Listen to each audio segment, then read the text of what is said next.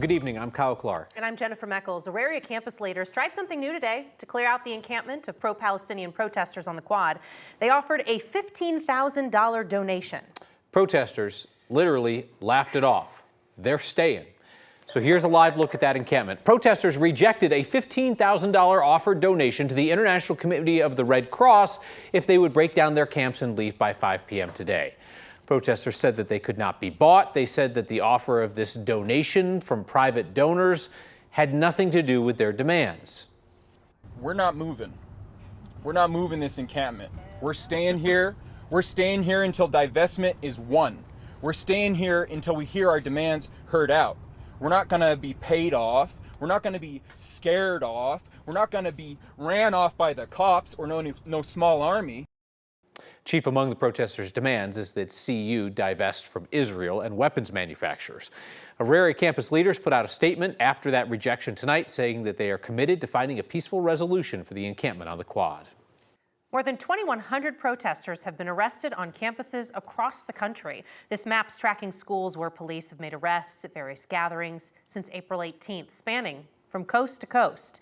President Biden addressed the ongoing protests today, offering support for free speech, but condemning violence and anti-Semitism. The president went on to say the National Guard would not be deployed to campuses, despite some Republicans calling for it. Instead, the president said protests should be handled without violence, destruction, or hate.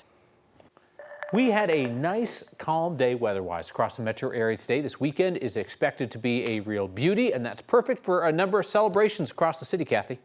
That's right. Cinco de Mayo is coming up, the furry scurry, but we also have a storm system on the way for tomorrow. So a little bit of a break today, and some areas will be looking at thunderstorms late in the afternoon. Tonight, there are a couple of little showers popping up on radar in northeastern Colorado. Nothing severe, thankfully, but a few more thunderstorms expected to develop tomorrow afternoon as a weak front slides in ahead of that beautiful weekend. On radar, we've got a few light showers moving from west to east, south of Burlington, and also south of the Sterling area, moving out to the North Platte area. Not a lot of thunder, lightning, some of the moisture not even making it all the way to the ground. Severe weather threat as we move into Friday. We'll push into extreme eastern Colorado, where we do have a marginal risk for storms that have hail and wind, but the tornado threat is low. And we have kind of a quiet night in the city tonight, but again, things changing with the arrival of that front tomorrow. I'll have the timing for you coming up in just a bit. Why would he pick on a wheelchair user? I don't know. That man was pulled over in Littleton while riding his motorized wheelchair in the road. He told 9 News reporter Rhea Job he was not breaking the law, and ticketing him, he says, may have violated the Americans with Disabilities Act. Thomas Graham is a proud Army veteran. All right, let me turn it on.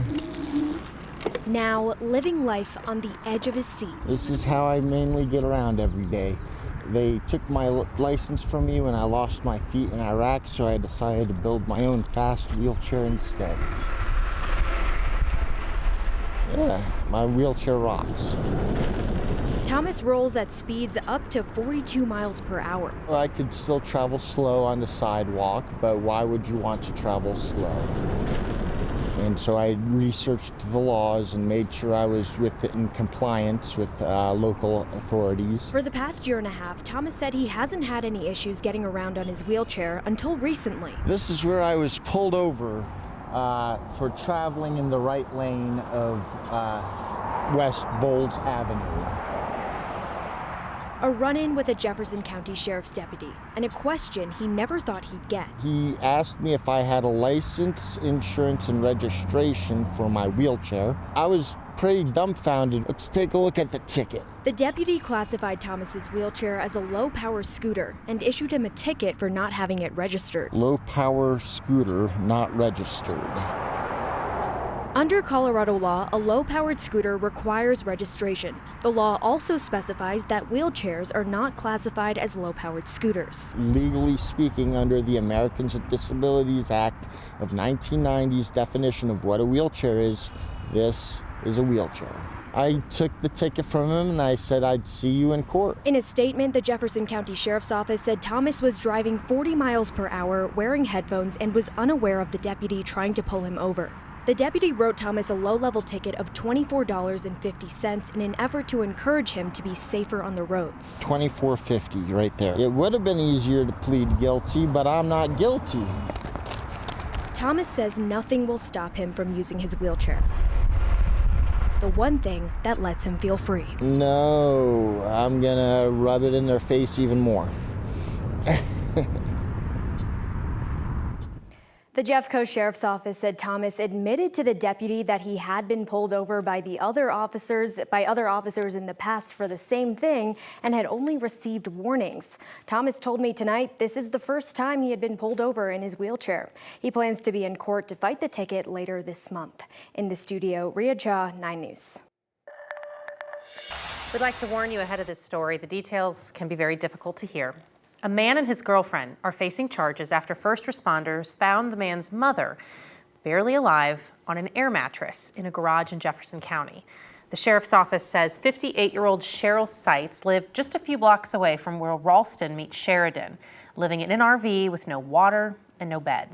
Investigators say her 36-year-old son on the left, Brian Seitz, and his girlfriend, 53-year-old Laura Prats, took Cheryl to a nearby Airbnb to clean her up when someone called for help.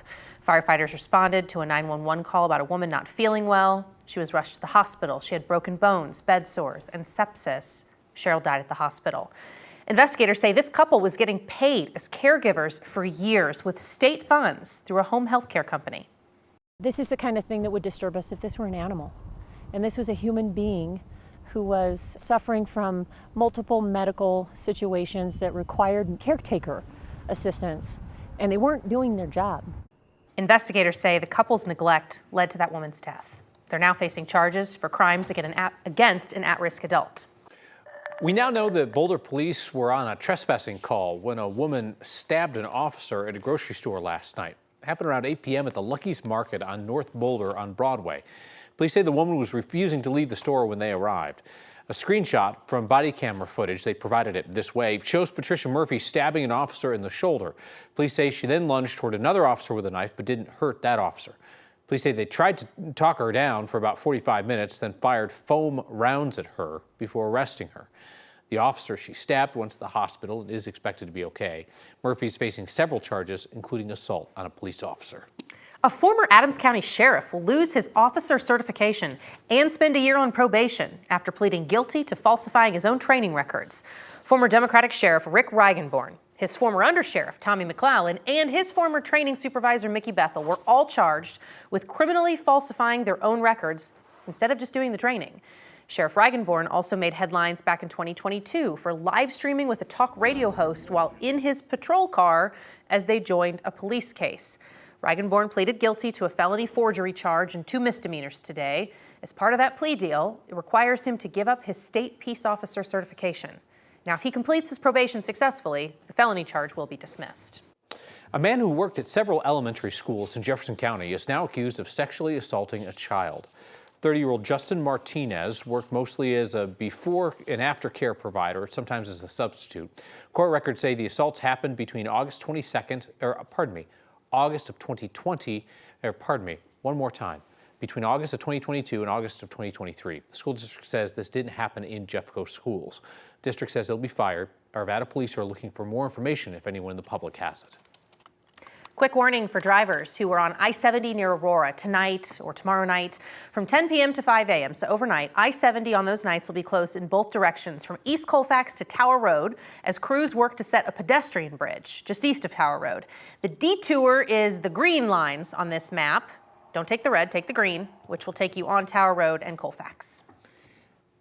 Denver Public Schools is about to start construction on a new playground at the Denver Center for International Studies at Fairmont. Unlike so many others, this playground will be fit for all students to play. Here's 9 News reporter Rachel Krause. Inside any elementary school, the best part of most kids' days happen outside at recess. The kids at DCIS at Fairmont are no different. But here, the places to play aren't suited to all students. I mean, it's not bad, but for wheelchairs, it's dangerous.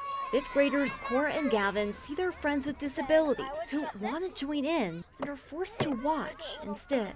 If they can't go on the wood chips and if they can't play for the day, then they just go into the shade. A problem school leaders like Meg Zimmerman see every day. We have a fair amount of students with physical disabilities and also just students who have some sensory needs and things like that, that our current playground really just doesn't give space for them to play or interact with their peers. I always hoped there would be a playground where kids with disabilities would have their own playground, so then they wouldn't have to be alone. Unwilling to let their classmates just watch them play, Gavin, Cora, and their classmate Araya got to work, dreaming up a new playground, here for every kind of play. A bunch of sensory elements, like strung up on the wall, have kind of sensory garden.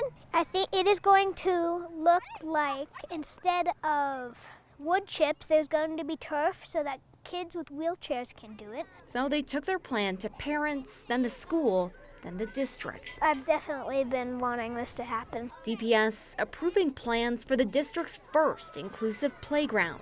Sharon Kleba teaches many of these students. Yeah, absolutely. She knows it will mean so much to be able to finally watch these kids play. Just a huge moment, and it will mean so much for me as a parent of a DCIS student and a teacher to kids with significant needs. Work on the new playground starts in just a few weeks. Cora, Araya, and Gavin can't wait. Yes.